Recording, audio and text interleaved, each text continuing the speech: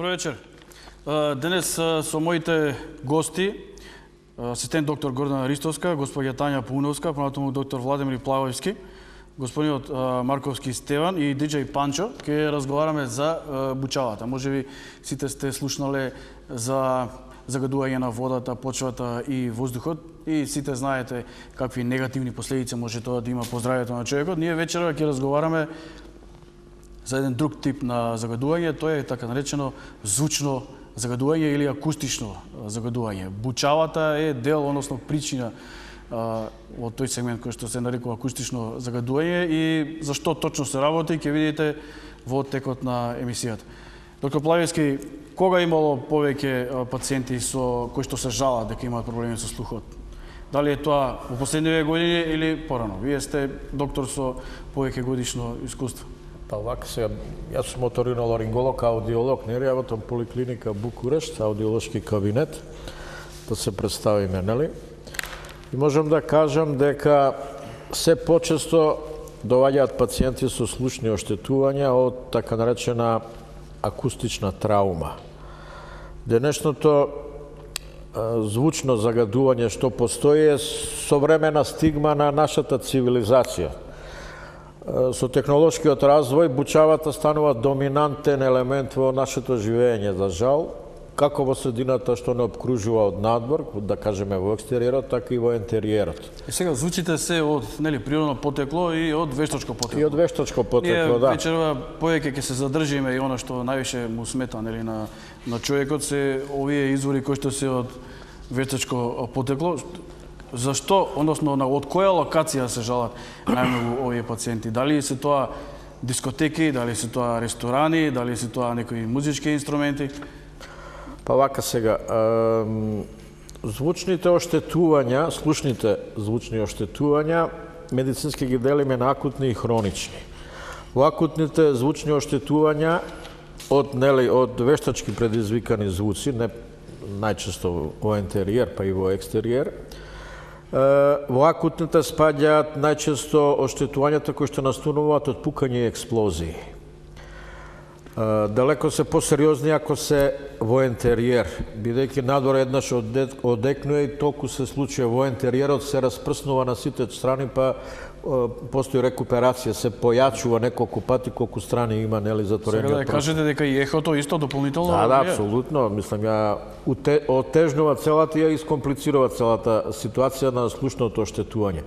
Ние ги нарекуваме акутни акустични трауми, кои што ако не се лечат веднаш, за жал продолжуваат во хронични акустични трауми, односно, ако го објасниме накратко вака лаички овој феномен, тоа значи дека постојаната изложеност на звуци некаде над социјалниот контакт што изнесува од 40 до 50 децибела во тек на неколку години, односно работниот ден нели ни изнесува 8 часови, ако бидат постојано изложени на појачани звуци, се јавува напросто кажано намалување на слухот, звучно оштетување, односно кохлеарна афекција, која што исто така треба да биде под контрола, бидејќи како старееме, слухот прв паѓа и слушните оштетувања само уште повеќе доведуваат до намалување и тешко оштетување на слухот. Ќе спомнеме нешто и за граничните вредности, нели, колку е дозволено. Еве, спомнавте дека најчесто се жалат доколку има звуци кои што се во затворена просторија. Господине Марковски, постојат ли мерни инструменти со кои што може многу ефикасно и прецизно да се уловат, така да кажеме, оние звуци кои што се повисоки од дозволените? Јас сум Стево Марковски, како што ме представите. Благодарам за поканата да присуствувам на овој именитни скуп. Иначе сум машински инженер во пензија.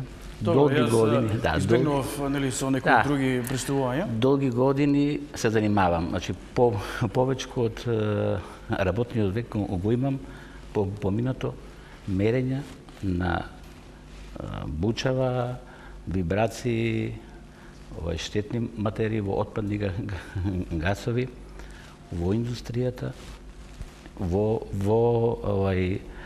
работна средина и животна средина. Поради тоа се разбира заменењето на звукот и на требаат инструменти. Сум поминал повеќе генерации, од аналогни до софистицирани, високо софистицирани инструменти кои што служат за оценка на буџавата, а врз това и врз оштетување, како што рече почитуваниот доктор. Добро, околу овие инструменти сега, јас верувам, бидејќи вие имате огромно искуство, иначе да кажеме сега дека сте во пензија, меѓутоа и понатаму сте активни. Да, се уште работам. Овие инструменти се дигитални, така? Да, Кои што сега моментално се дигитални. Односно тие мерки, дали се испитува, да кажеме, ресторан или дискотека, сите тие вредности можат директно да се пренесат во компјутер, така? Да. Има една лабораторија, централна лабораторија кај нас. Што се случува со тие инструменти? Дали во централната лабораторија имаат инструменти кои што работат во овој момент? Јас работев во Институтот на Железара, кој имаше посебна служба за заштита на животна средина во лабораторијата центар. После 1991 година со распадот на системите преминаме целата лабораторија со луѓството и опремата во Министерството за животна средина, кај што имаше инструменти, само не софистицирани, имаше аналогни и ние бевме како пионири во замерењето на бучавата ни цела Македонија. Со влегувањето во Министерството добивме првите инструменти на Средниот Балкан. Ги добивме од ФАР програмата ние. Министерството за животна средина, централната лабораторија. Високо софистицирани инструменти и за бучава, и за аерозагадување, и за води, и се. Министерството... Ако не постојат инструменти, бидејќи се работи за апарати, нели може некојаш да се расипат, треба време 3 месеци, не знам колку, нели за да може да се поправат, но има тенденција да се откриваат, нели да се мери со тие инструменти, доколку не постојат инструменти. Може ли субјективно да се препознае во некоја дискотека без инструмент колку отприлика е висината на звукот? Ако е, да кажеме, дозволено 60 децибели или 80 децибели, дали може субјективно без инструмент да се препознае дали оди преку таа граница? Искусствено тоа јас можам. И диџеите што работат во они искусствено знаат. Само тоа е од искуство. Добро, како, например, како може да се препознае? Па видите, имате да кажеме праг на чујност, разбираш, и праг на бол. Праг на чујност е до 20 децибела, разбирате, а праг на бол тоа е над 130 децибела. Ние сега додека зборуваме овде со сите, се слушаме и се разбираме. Овде доколку не се разбираме, а во позадина слуша некоја музика, што тоа значи? Тоа Колку е тоа децибела? Над 100 децибела. Децибела, да. Кога не се слуша говорот. Да. Над 100 децибела почнеше да не се чуеме ни вие мене, ни ја вас, разбирате. А над 130 е више бол. Тоа е полет на авиони и така, на оддалеченост од 20 метри од авионот, тоа е више бол, голем е звучниот притисок, тоа е огромен и почина да... Затоа требаат и заштитни средства.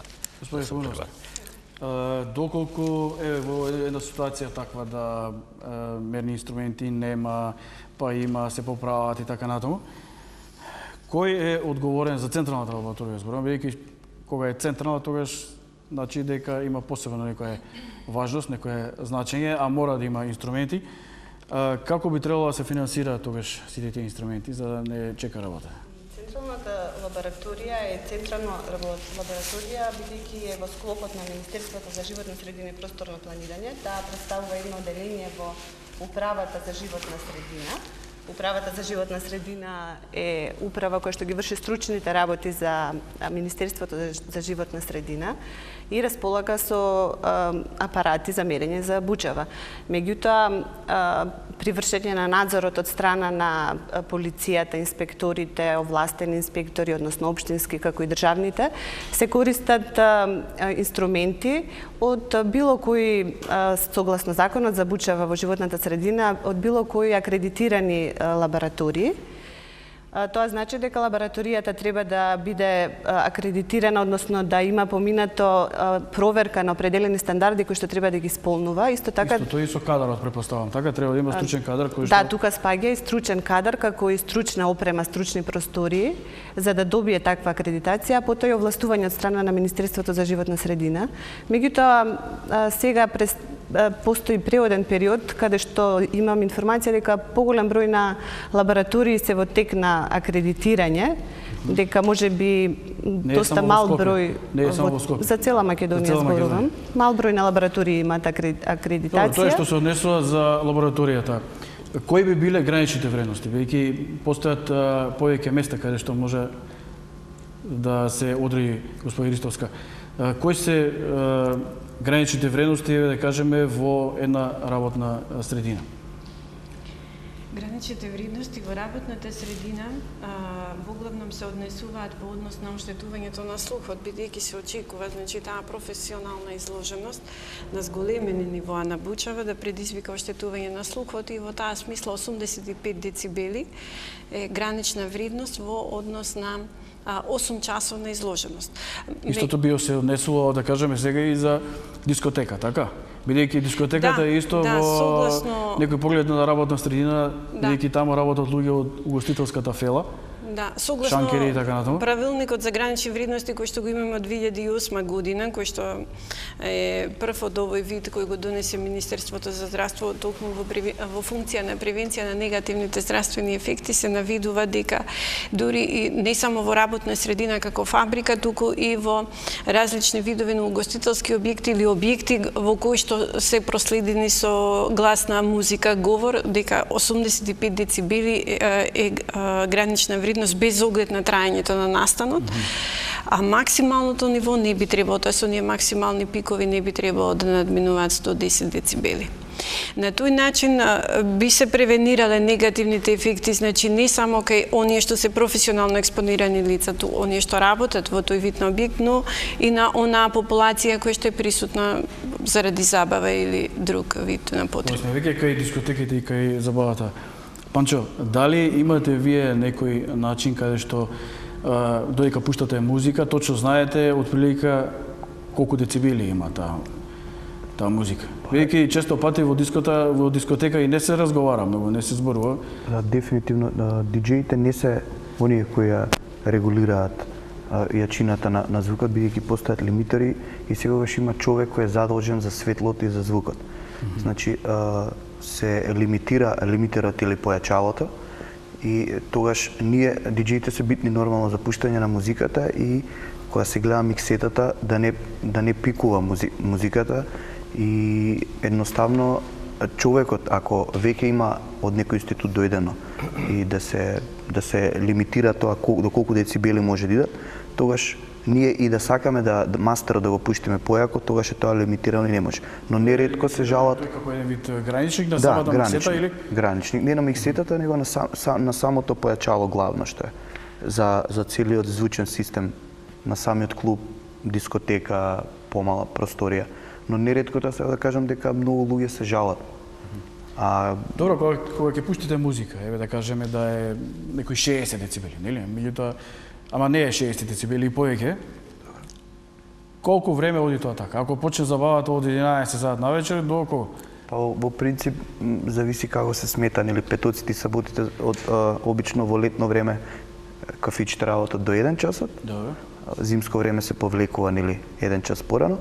И гостите доаѓаат во 1, значи музиката од 12 до 1 во дискотеките е така понамалена нормално, бидејќи и голем празен простор ствари ехо. Да кажеме грубо, значи активно, од 12 саат нека се до активно 4, 3 часа активни, нека се без пауза нон-стоп. без пауза. Добро, господин Марковски. Дозволува ли е тоа така со некоја јачина на звукот преку 60 децибели без пауза? Во работна средина, да. Да, во работна средина, 60 децибели е тоа, дали е тоа од овие рачните уреди што работат или пак од другото. А ако е 80 децибели се дозволили така без заштита? Ако е без не сме без заштита. Без заштита и без лична пауза. заштита мора да имаат. Колку треба да има пауза? Сега, ако имат разни норми, према АНСИ нормите е расположување, ако е над 5 децибела над горната граница, како желеше докторката, се не намалуваат работното време за половина. Сад за 4. А по другите, по америчките норми, нешто е помало, таму е за 8, 3 сати се намалуваат. Тоа е Како го вршите вие тоа испитување до сега на терен, сте биле неколку пати? Дали треба да биде по најава, некој треба да пријави? Како е најдобриот начин? Видите, одите ли некогаш без најава, така, инкогнито? Овој звукот е многу скриен непријател. Ако мерењата се вршат со најава, тоа е 80% не е. Тоа значи дека дичеот може да намали, така? Да, може. Па тоа е само една секунда, каква секунда, он ќе намали. Сите мерења, ако сакаме да биде тоа логични мерења, треба да се најават инкогнито. Прво се оди да се мери, па после се обавестуваат странката дека извршено мерење и кога се оди со асистенција на полиција или со инспектор, они се вршат таа. Али колку сој само мерачот, тој што мерит, тогаш мора да изврши мерења без да се најави. Панчо, од 80, значи од 10 проверки со најава, 8 сигурно дека ќе биде 60 децибели, така? А како е кога не е со најава? Кога не е со најава дека доаѓа инспекција? Да. Тогаш испаѓа дека има повеќе нега што треба. Јас никогаш не сум се затекнал во таква ситуација, единствено кога јас бев како угостител, имавме една теткица што живееше на трети спрат и секогаш ни праќаше полиција за прегласна музика, но некогаш и тие се, бидејќи знаевме до каде може да иде и која е јачината во стамбена зграда, чим веќе си добил дозвола за угостителски објект и дека можеш да работиш, некогаш и тие пријавувања па се лажни. Така да и другите станари може да добијат, нели, за лажна пријава, но не сум се затекнал во таква ситуација, реков во дискотеките, бидејќи Која верувам. смисла лажно? Мислиш дека некогаш од самата бучава, да, мислам само за да пријави, така или? Само колку да пријави, бидејќи и самиот џагор, зборење што го прават луѓето надвор од објектот смета. Така да ја не би сакал да има кафичка од мојата страна. Законот предвидува ли такви некои финансиски средства за оние кои што ќе пријават? Има предвидено глоби за сите прекршители на оние гранични вредности кои што се предвидени во законските норми, следува глоби. Јас конкретно сум член на Комисијата за прекршоци во Министерството за животна средина, всушност известител во оваа комисија, и имаме голем број на случаи, пријави од инспектори, од овластени инспектори, односно општински, кои што вршат мерења во локали, најчесто летно време, каде што се пушта музика на отворено. И комисијата има постапка според која што се дава право да се изјасни и другата страна. Добро, за постапката понатаму и за другите заштитни мерки ќе позборуваме понатаму.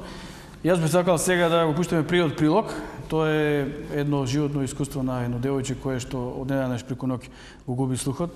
Ајде го чуеме да видиме прилогот за што се работи, а потоа ќе продолжиме со разговор. To this day, not even my doctors know how this happened to me. All we know is that overnight, I lost basically all of my hair in my left ear and partial hearing in my right ear. The majority of hair cells in my left ear died. My hearing in my left ear now begins at around 95 decibels, while my right ear begins at around 35 decibels. Most people are able to hear noises that are as soft as 0 decibels, sometimes even negative 15 decibels, so I've really lost the vast majority of my hearing. You really don't realize all of life's sounds until they're no longer discernible or until they disappear altogether. The months following my sudden loss of hearing turned out to be filled with dozens of repetitive and predictable doctor's visits, normally involving blood tests, hearing tests, CT scans, MRIs, and even sometimes participation in genetic studies. It was very, very tiring. A part of me had been lost. My self-confidence was completely shaken. I was now viewed as being different. I was teased, I was mocked. I could no longer hear my friend whispering to me.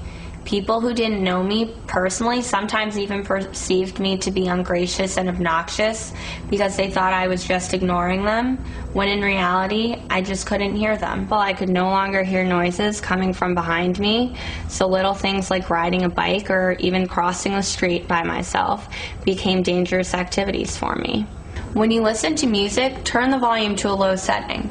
When you attend concerts and sporting events, wear earplugs. And also get periodic hearing tests to monitor your level of hearing. Значи треба да се оштети слухот или треба да се загуби комплетно, за може некој повеќе да размислува и за заштитна опрема, постои тоа, ќе спомнеме нешто и понатаму. Докторе, можно ли е така да се загуби слухот без никаква најава? Спреднесите изјави? Да. Тоа е акутна загуба на слухот или акутен сурдитас или субсурдитас, да го кажеме. Да кажам само, вие прашавте на која е гласност ние овдека сега дискутираме. Некаде на 40 децибела. Нашава конверзација се одвива на мислам, можам да ви кажам што да ми е работа, нели?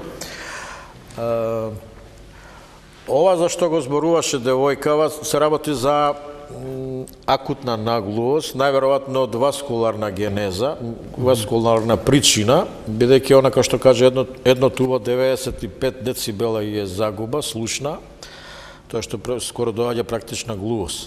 Нели нешто и другата се работи за некоја васкуларна генеза, сега што е и како е, не знам тачно, дали се работи за тромбоза, емболија, вазоспазам, тоа мислам е веќе медицински субтоталитети, нели, кои што се дефинираат и зависи од понатаму незината слушна судбина, нели?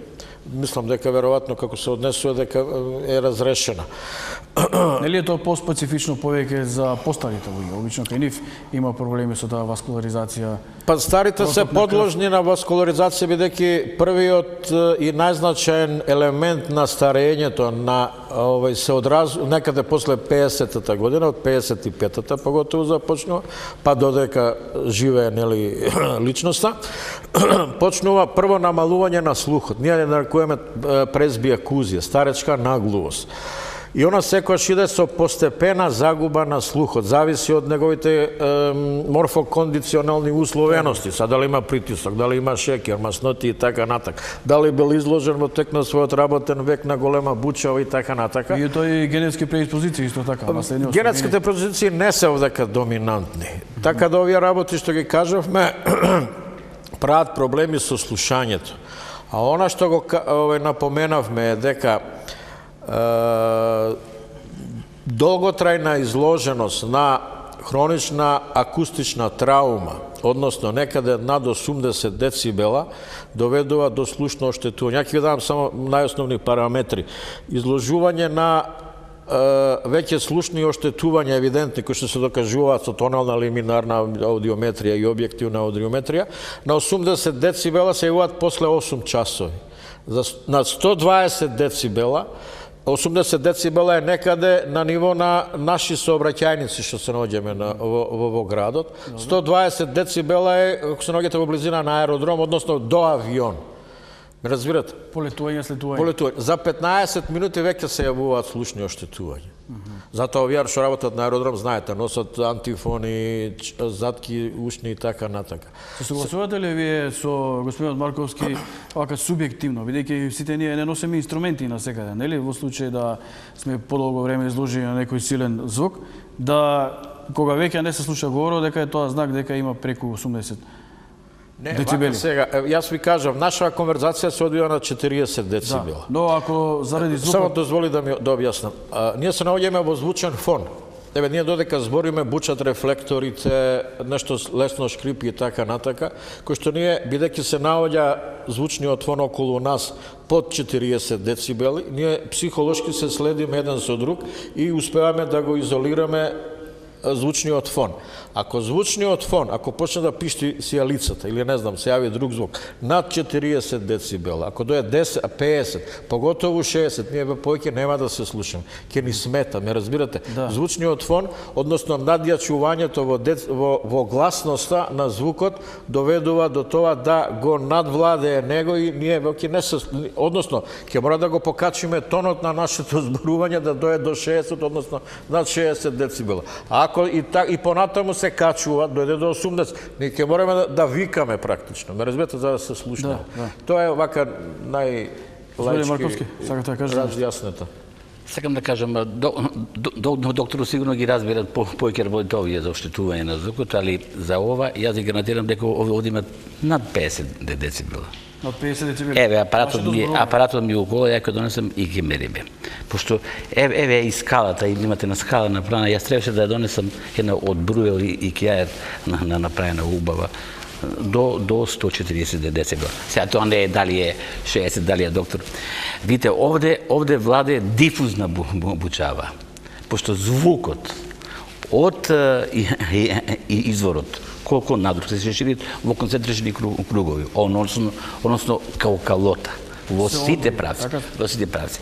Сега, еден звукот, ако најдет на бариера, ако не е отворено звучно поле, со слободно звучно поле, тогаш овие тони и опачат со фарато на расстојањето, како оди подалеку, така се намалуват. Се намалуват телесна должина и се намалуват инцидентот.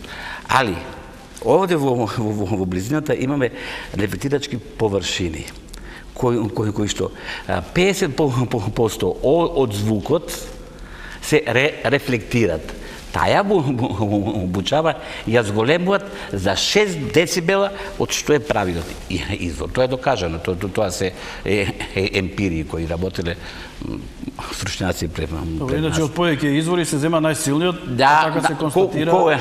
Кога имаме повеќе извори, иста да е, да кажеме, јачината на звукот, тогаш од 2 децибела се зголемат за 3. Да кажеме. Добро, зборот ми беше мене, значи како можеме ние обичните граѓани да препознаеме кога има субјективен, значи кога има висок тон, кога е звукот многу силен, значи ако ни смета, тогаш треба што да направиме, да станеме и да си одиме, така? Дај напуштиме таа дискотека или тој така се препораките, нели доколку не се направи така, тогаш настануваат оштетување на слухот. Така, се согласуваме со тоа? Па ви кажам, од 80 децибела изложеност веќе по 8 часови доаѓа до слушни оштетувања. 120 децибела за 15 минути веќе имате слушни оштетувања. Мислам, евидентни. Добро, покрај тоа што... Ако сега биде подолго време, нормално, до тешки слушни оштетувања, до појава на наглус. Покрај тоа што звукот прави деградација на ткивото, еве спомнавме дека нели може да направи деградација на слушниот нерв, како понатаму тој звук може да влие на околината, на животната средина? Конкретно на работните способности и така натаму. На општата популација. Да, на општата популација. Постојано акцентот го ставаме некако на изложеност на бучава во работната средина, но се поактуелен станува проблемот со изложеност на бучава во животната средина. Тоа значи на надвор од работното место, во стамбената зона, во зоната на рекреација или подобро да речеме во училишната средина. И тука веќе влијае на општото расположение, но делува, кога ќе кажеме бучава, велиме дека е тоа непријатен звук. Например, во дискотека тоа би требало да биде пријатен звук, музика која што сакаат посетителите да ја слушаат. Но ако е за училиште, например, или некои рекреативни паркови, имаме ли такви примери каде што преку ден, да кажеме, која е таа дискотека што работи преку ден, или не мора да биде? Во која форма би било? Не, во преку ден постојат други извори. Во преку ден постојат други извори кои што предизвикуваат вознемиреност и понатаму делуваат стресогени врз организмот на човекот, заради тоа што преку слушниот апарат делува и на автономниот нервен систем и предизвикува стрес одговор кај човекот. И во таа насока, во зависност од возраста на луѓето, може да предизвика и различни ефекти. Панчо, ти не сомнено си повеќе години или како диџеј, ако се работи за 4 сати во просек, сигурно дека си и повеќе тамо, некојаш повеќе си изложен. Но еве да кажеме 4 сати. Еднаш неделно, 2 пати неделно и така натаму. Имаш ли ти соствена некоја заштита? Како ти се заштитуваш? Бидејќи знаеш дека ако оди звукот посилно, дека може да настанат оштетување. Така знаеш за тоа? Дефинитивно. Која е твојата заштита? Ние користиме слушалици и со тие слушалици што слушаме, бидејќи има два монитора, каде што цел звучен систем е надвор пред нас и кога си зад нив нормално доаѓа до каснење на звукот. Дали е тоа секунда или не знам како може да се израчуна тоа, но касни звукот. Со самите слушалици исто си изложен на опасност на ушно оштетување. И јас знам на последниот систематски преглед која бевме преку мојата радио, кај што работа во Антена 5, имав проблем со десното, бидејќи цела време слушалката ми е на таа страна. Дали ти им препорачуваш некогаш пред да пуштиш музика, дали им препорачуваш на гостите кои што се тамо, заштитете се некако, земете си некој, не знам, заштита за уши. Има ли така? Заштита има. Најубава моја препорака да си седат дома пред телевизор со тон до 7, како и да нели има од 1 до 50 звук таму и си го намалат звукот и така. Нема, едноставно, нема заштита од тоа.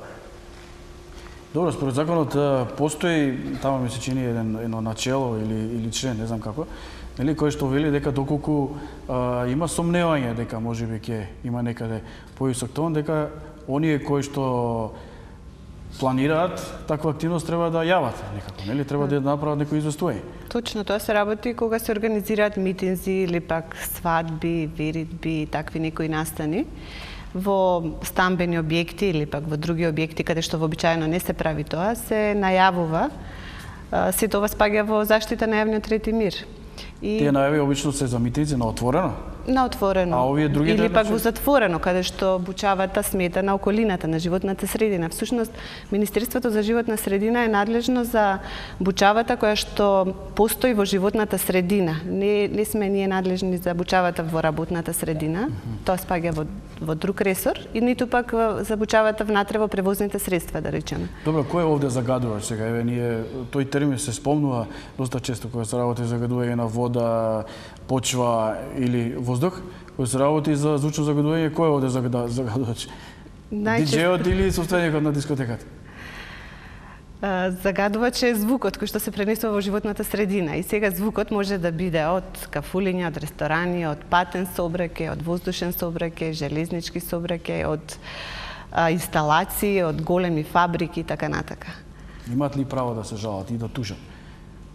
Оние кои што се разбира сите оние да бараат оштета кои што во животната средина, кои што се во близина и на кои што им смета ваквата бучава во животната средина, имаат право да пријават кај инспекторите или пак во полицијата. И кого тужат сега? Дали собственикот, дали диџеите?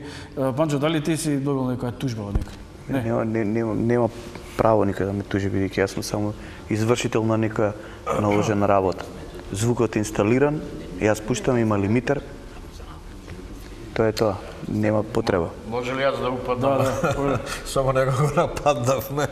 Кај мене доваѓаат многу поретко од дискотеки со слушни оштетувања, многу повеќе доваѓаат од свадби.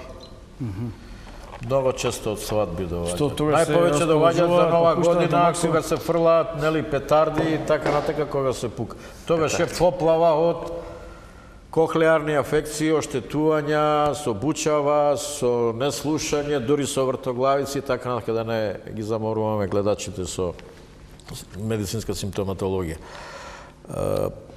Кај нас е културна традиција на свадбите да се пушти најгласна музика. Вие кога иде музиката, свири, нели, наједноставно не можеме да дискутираме на маса еден до друг. Треба се на уво директно да му викаме. Што значи дека некаде над 100 децибела е музиката и повеќе. Вие дури ја осеќате вибрацијата од музиката на вас, како вибрира. Тоа е културна традиција, не знам колку контролориве на животната средина тука може да влијаат, затоа што знам дека на Запад не постои толку гласна и прегласна музика. Вие сте некаде од 8 часот навечер, ако ги земеме свадбите, до 12, 4 часа изложени на стравот на бучава. Јас кога идам Jedva ги преживувам практично свадбите на кои што одам и после кога се враќам дома до утрето или до прекутре дента, нели, имам една заглувнатост на ушите. Значи нема врска дали обичен граѓанин или специјалист? Па нема, апсолутно. Заштита треба да ставиме или антифони или слушни чепчиња, па онда тогаш не иде сега да не знам, на диџеј прослава или на нивна музика да носиме чепови да не слушаме, нели? Работата е да биде музиката комфорна. Комфорна музика отприлike се разбира за наши термини и појмови класичната музика. И тоа нели на ниво која што се пушта меѓу 60 и 80 децибела. Од друга страна постои еден емотивен однос према музиката кој што се регулира преко лимбалниот систем, така да и нешто погласна музика не дава слушни оштетувања, дава само предиспозиција на слушни оштетувања ако долго слушаме, да кажеме, класична музика или пак рок и поп музика која што ја сакаме, ме разбирате во таа смисла. Ако не ја сакаме, онда ако сме изложени, практично сме под тортура на звукот и се јавуваат слушни оштетувања. Тоа е за возрастни луѓе. Меѓутоа ја исто така знам дека посебно за 2 август или ден кога се употребуваат тапани, има некои ги носат своите бебиња и велите најмладите сметаат дека треба да се навикнува на тој звук уште од најмлади. Што бебето како ќе се препознае тогаш ако има некои проблеми? Како е кај нив? Вака сега, тука се јавуваат дистоничните гоби. Нели, изложеноста на бучава која што не ја сакаме, под бучавата и музика се разбира, нели? Да. Онда под акорди доведува до појава на дистоничните гоби, нервоза, потење, срцебиење, лошо спиење, проблеми со варењето и така натака, кои што делуваат на нас, значи звуците несвесно, ме разбирате, иде во нашата посвест и се изразува преко дистоничните гоби. И акутната, и посебно хроничната бучава. Оние што работат, мислам, во железара или оние кај што има голема буча, 8 сата, ме разбират, он седи над 100 децибела, сите они се со, да кажеме, расклатени нерви. Сите нервозни се, лошо расположени, не постои ентусијазам и така натака. Добро, бидејќи ова емисија во живо, јас го објавам нашиот контакт телефон, тоа е 3116566, сите заинтересирани, може да се јават и да постават прашање. Меѓу време јас ќе замолам режијата да го пушти вториот прилог и потоа ќе коментираме пак.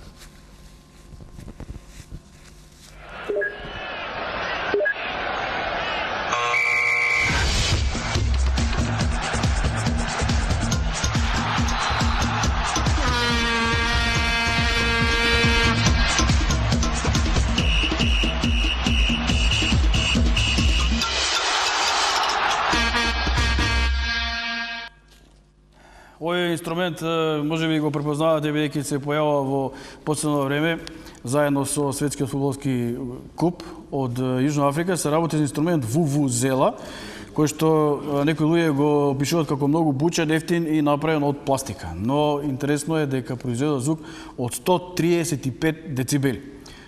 Германска една компанија досега не е околу 2,5 милиона примероци и се споредува тонот, значи оној звук, некои кои што имаат повисок дишен капацитет може да произведе тон од 140 децибели и се поистоветува со пукање на пиштол. BBC телевизијата има веќе преземува некои мерки и ставиле некои филтри кои што го елиминираат тој звук од вувузелата кој што доаѓа од позадина, инаку оригинално доаѓа е направен од рок од антилопа и служи за собирање на сите луѓе. Значи, постојат едни мерки, сега ова ми беше поентова, дека дури во Јужна Африка, тамошните луѓе кои што се одговорни за тоа, решиле да произведат нов тип на вувузели кои што произведат тон од 120 децибели. Значи, веќе има намалување на децибелите за цели 20 децибели. Дали може да се предизвикаат трајни оштетувања со па дури и крвавење некоја се опишуваат со толку силни звуци од 140 децибели. Колку тоа разумно може да биде? Може ја да одговорам. Читав ја доста за овој вувузеле, нели, уште пред да почне светско првенство и отприлike го потврдува оно што преска го кажав, нели? Ако одеднаш само за момент ќе замолам да си ја задржите мислата, веќе имаме некого на линија. Добро вечер, за кога? Ало. Повелете во програма сте. Дали се слушаме? Ало. Овде во студиото ние ве слушаме одлично. Повелете со прашање. Ало. Ништо, продолжуваме понатаму. Повелете, докторе. Ако целиот стадион одекнува од звуците на овие вувузелиња, да ги кажеме, нели? Тоа е некаде над 120 децибела. Тогаш нивната намена е пред се да го онерасположи противникот на екипата, односно да ги онерасположи сите оние што се изложени на тој звук. Ако две полувремиња по 45 минути, ме разбирате? Така е. Значи, ќе предизвикате сакале некеле нервоза кај играчите, и од едната, и од, за жал, и од двете екипи. Зашто тоа го направиле, мислам, мене стварно не ми е јасно. Но веќе има реакција. Јас затоа се заинтересирав за овој случај, бидејќи веќе има реакција. Подобро е да има реакција отколку да нема никаква реакција. Добро, не спомнавме премалку за казните. Како се движат казните? Доколку некој го движи панчо, колку треба да платите? Казните се движат од 50 евра, па има казни се до 20.000 евра. Може да достигнат, зависи од казната, во која категорија спаѓа. Најчесто се казнуваат најниските казни, односно бучавата од кафулињата, тоа најчесто им смета на луѓето во Македонија. Казната изнесува 500 евра за правно лице. Имаме гледач на линија, повторно. Повелете со прашање.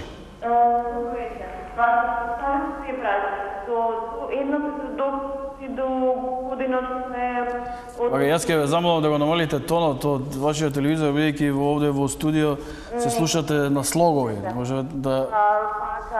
Колку би нивна предпоставка, која би била очекуваната бучавост, односно во децибели, кога се работи за стамбен објект стан, каде што доле има кафана и во станот, да кажам, дека ни вибрираат зидовите, се чувствуваат вибрации настрана, што можеме да ги запишуваме зборовите на текстовите доле.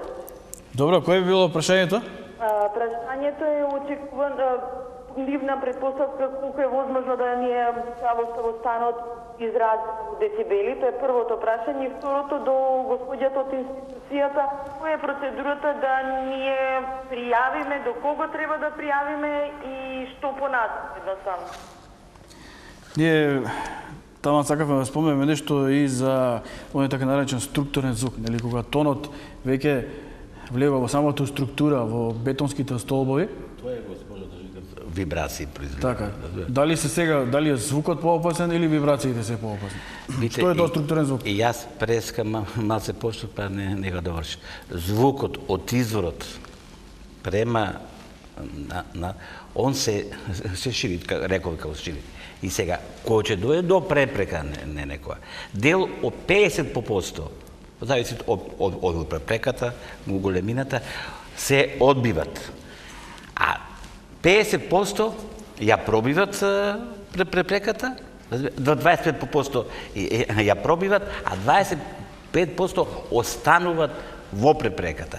И тој произведуваат структурен звук. Од тој звук спас немат. Треба ли да им се дозволи на некои локали да се сместат под кире или било како во мезанинските делови на стамбените згради? Тука е таа законска предлога. Ми имаме многу бај закони, и за градби, и за се, али не ги проспроведуваме до крај. Која е функцијата на мезанинот во една зграда? Па тоа е тампон зона меѓу овој деловниот простор и меѓустамбениот простор.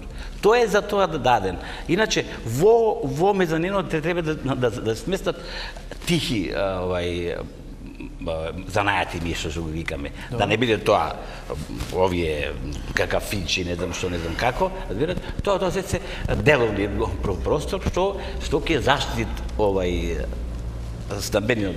Али ние ги издаваме тие, како што е да кажеме во ова речи го во Трговски центар негде? Да, во населба Лептокарија. Лептокарија у сите згради е многу убаво изградена, со мезанински простор. после тоа мезанинот е издаден за стамбен простор.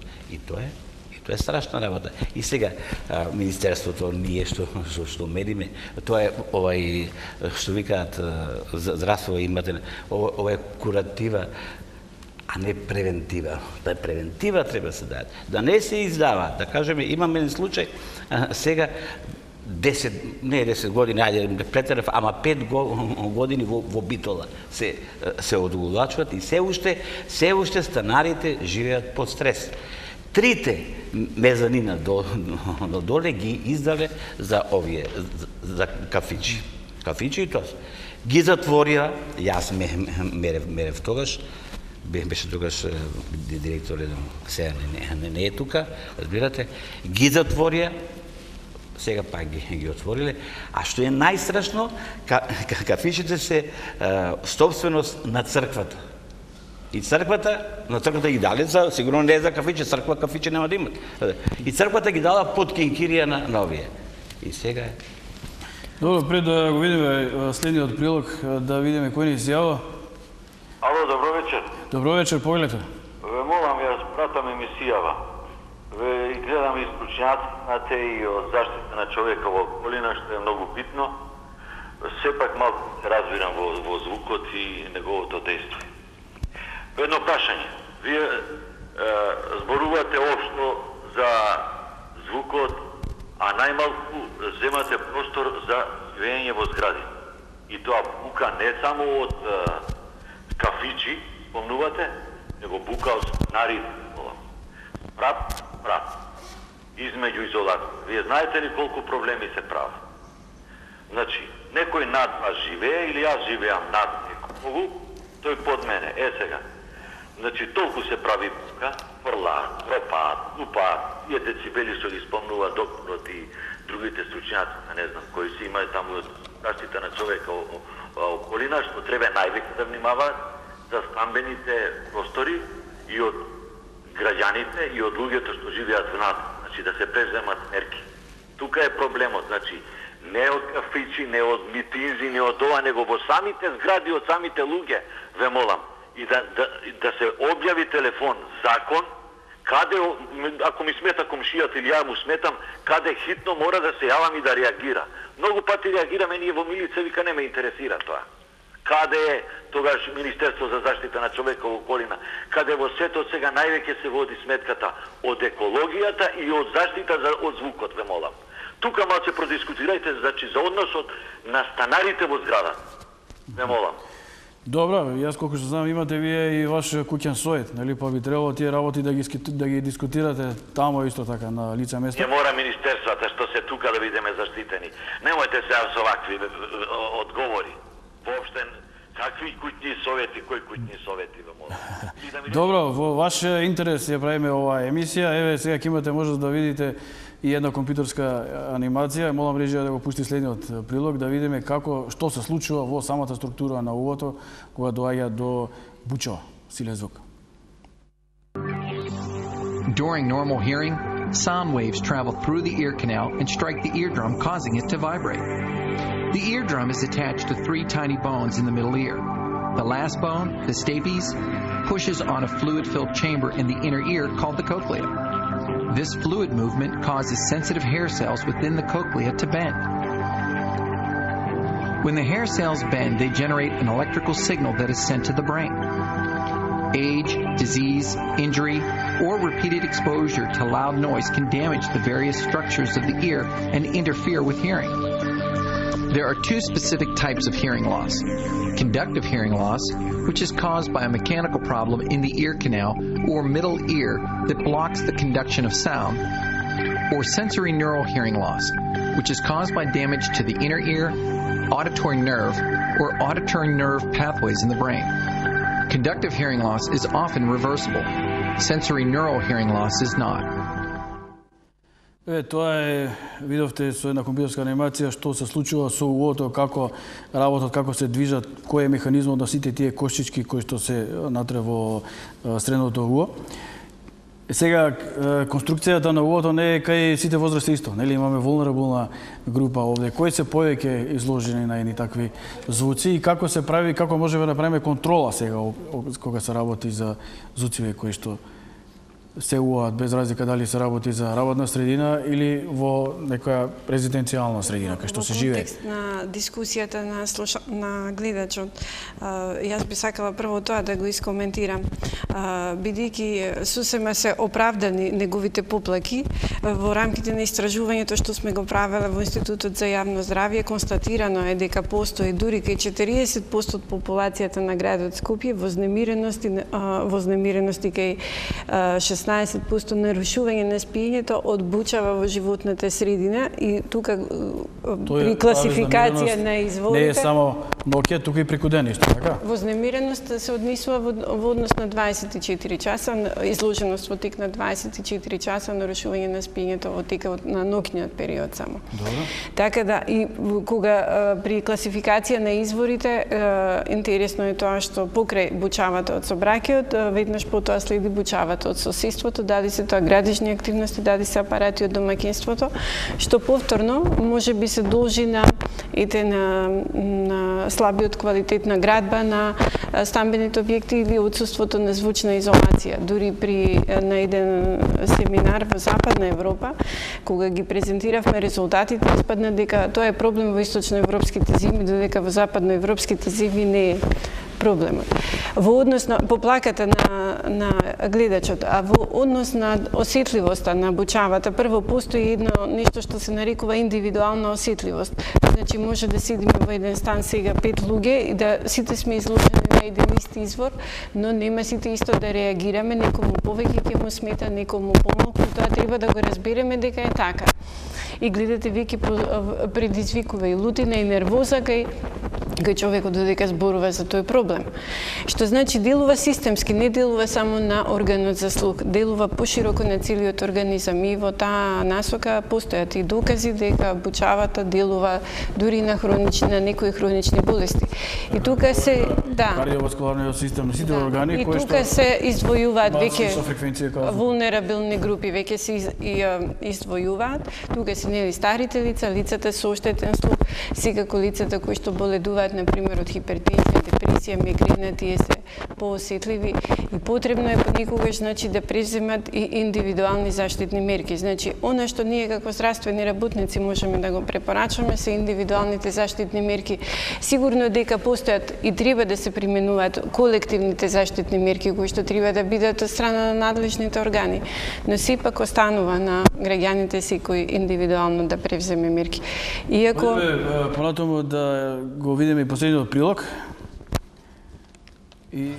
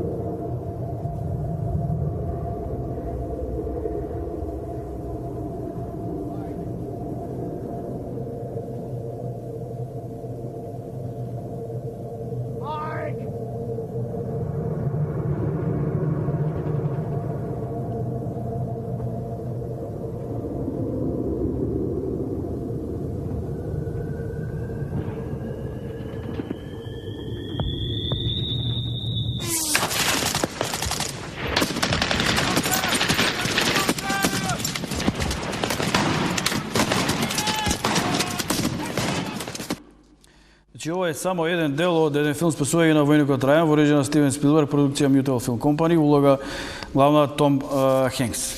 Зашто го пуштивме овој сегмент од филмот? Има и други филми, меѓутоа овде многу убаво се гледа во едни такви услови што тој човек како тој се чувствува при едно такво експлозивно средство. Значи, кога некој пианист е изложен на пиано во темпо фортисимо, тој е изложен на музика од 92 до 95 децибела.